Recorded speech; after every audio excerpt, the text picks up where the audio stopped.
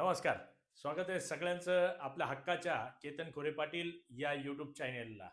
म्हणता म्हणता ई-के-वाय-सी लाडक्या बहिणींची जी आहे तिच्यासाठी मुदत पे मुदतवाढ दिली जाते आणि जवळपास 45 लाख महिलांचे अजूनही ई-के-वाय-सी करणे बाकी असल्यामुळे शासनाने आपल्याला 31 जानेवारी 2026 पर्यंतची वाढीव मुदत दिलेली आहे.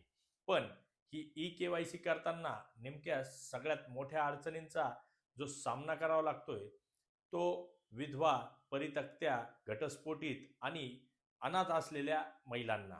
म्हणजे या महिलांची ई-के-वाय-सी करताना ना त्यांना पतीचे आधार कार्ड जोडता येते, ना वडिलांचे आधार कार्ड जोडता येते. त्याच्यामुळं याच्यावर नेमका काय पर्याय काढायचा म्हणून शासनाने त्याच्यासाठी एक स्वतंत्रपणे यंत्रणा उभी केलेली आहे. आणि ही यंत्रणा कशी काम करते किंवा आपल्याला कोणते कागदपत्र तिथं जमा करायचे आहे किंवा काय करायचं आहे या संदर्भात आपण खरं तर आजचा हा व्हिडिओ करत आहोत. तत्पूर्वी आपण अजूनही केतन खोरे पाटील हे यूट्यूब चॅनल सबस्क्राईब केले नसेल तर ते सबस्क्राईब करावे इतकी विनंती करतो. मुळात ज्यांना पती नाही किंवा ज्यांना वडील नाही अशा महिलांचे ई-के-वाय-सी जे आहे ते ई-के-वाय-सी करताना त्यांचा आधार नंबर जो आहे पतीचा तो टाकावा लागतोय किंवा वडिलांचा टाकावा लागतोय आणि ते आधी वारलेले असतील किंवा त्या घटस्फोटित असतील किंवा त्या अनाथ असतील तर अशा वेळेस नेमकं काय करायचंय त्यासाठी तुम्हाला एकदम सिंपल अशी एक सिस्टीम जी आहे ती वापरायची आहे. ई-के-वाय-सीच्या आपल्या वेबसाईटवर जायचं आहे. तिथे तुमचा आधार नंबर टाकून ती ई-के-वाय-सी जी आहे ती करून घ्यायची आहे. त्याच्यावर एक मेसेज येतो, तुमची ई-के-वाय-सी जी आहे ती सक्सेसफुल झालेली आहे. त्याची प्रिंटआउट घ्यायची. त्यासोबत तुम्हाला समजा तुमचे वडील वारलेले असतील किंवा पती वारलेले असतील त्याचा मृत्यू दाखल्याचा त्यांचा जो झेरॉक्स असेल ती झेरॉक्स असेल, तुमची आधार कार्डची जी झेरॉक्स असेल ती, हे जे आहे ते आपल्याला त्याचा एक सेट करायचा आहे.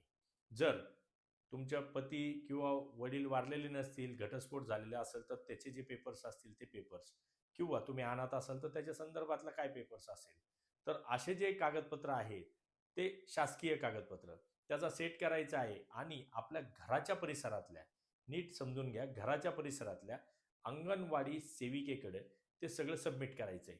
या स्वतंत्र वेबसाईटवरून त्या तुमचं जे इन्फॉर्मेशन आहे ती अपडेट करणार आहे आणि ती अपडेट केल्यानंतर तुमचा जो लाभ आहे, तुम्ही जर पात्र होत असाल तर तो लाभ जो आहे तो अखंडपणे तुमचा सुरू राहणार आहे आणि जर आपण त्याच्यात पात्र होत नसाल तर तो लाभ बंद होणार आहे. नोव्हेंबर डिसेंबर दोन्हीचे हप्ते लाडक्या बहिणींचे बाकी आहे. त्यामुळे लाडक्या बहिणींना तीही मोठी आस आहे.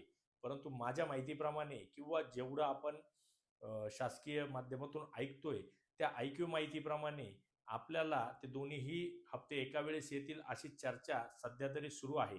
तत्पूर्वी आपण आपली ई-के-वाय-सी जी आहे ती 31 जानेवारी 2026 पर्यंत ही जी आहे ती करून घ्यायची आहे आणि कागदपत्राची हार्ड कॉपी आपल्या परिसरातील अंगणवाडी सेविकेकडे जमा करायची आहे. इतकंच या ठिकाणी आपल्याला सांगतो आणि आजचा व्हिडिओ जो आहे तो संपवताना पुन्हा एकदा विनंती करतो की आपण आपल्या हक्काचे आणि इन्फॉर्मेटिव्ह माहिती देणारे केतन खोरे पाटील हे यूट्यूब चॅनल सबस्क्राईब करावे.